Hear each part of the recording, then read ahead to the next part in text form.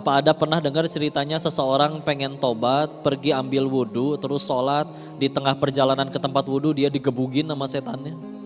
Dijambak, ditekel, disliding, dicubit ginjalnya, enggak ada. Ya, ketika akhirnya manusia ingin tobat dan tobat beneran, syaitan gak bisa apa-apa. Jangankan gitu Bu, di rumah kita menyalakan Al-Quran MP3 24 jam, itu setan gak betah Bu. Tapi dia mencet tombol matiin sendiri aja gak bisa. Kalau bisa horor ya, ngeri juga ya. Tapi ketika kita gak mau nurut, tetap kita nyalain, gak dirusak tuh MP3-nya.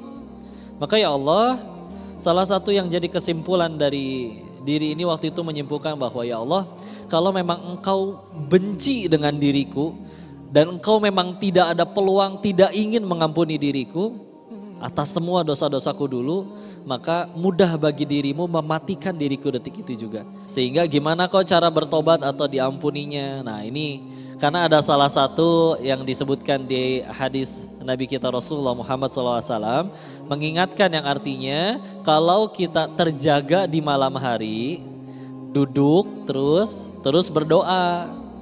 La ilaha illallah wahdahu la syarikalah, lahul mulku wa lahul hamdu wa huwa ala kulli syai'in qadir. Lanjutkan. Alhamdulillah wa subhanallah wa la ilaha illallah wallahu akbar wa la haula wa la quwata illa billah.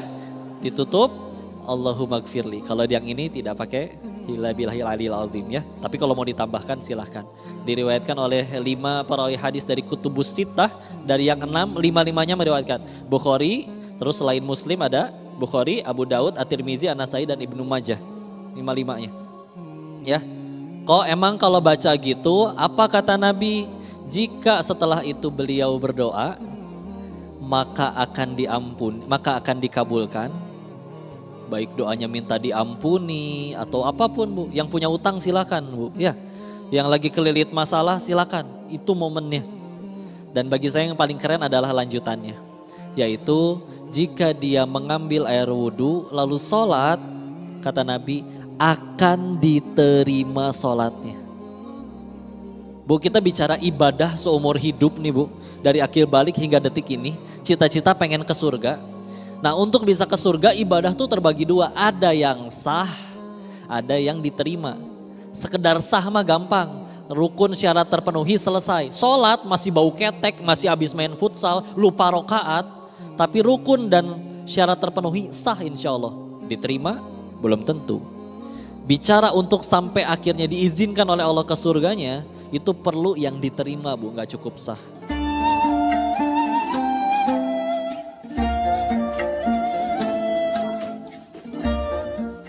Ketika kita bicara diterima, ketika akhirnya mengingat dari akhir balik hingga detik ini yang kita sudah sholat entah gak kehitung udah berapa kali, bisa jawab satu aja sholat yang mana yang kita diterima oleh Allah.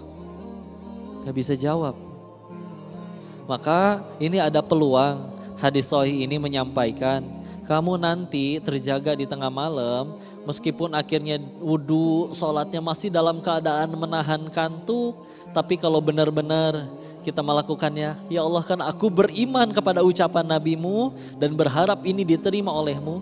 Bismillah Bu, ini kebaikan yang luar biasa. Ingat manusia ada 1000 kebaikan bisa hancur semuanya cuma gara-gara satu kesalahan. Itu kalau manusia. Allah kita berbuat 1000 keburukan, kita lakuin satu kebaikan yang Allah ridho dengan kebaikan tersebut, Allah punya hak melupakan 1000 kesalahan kita yang sebelumnya.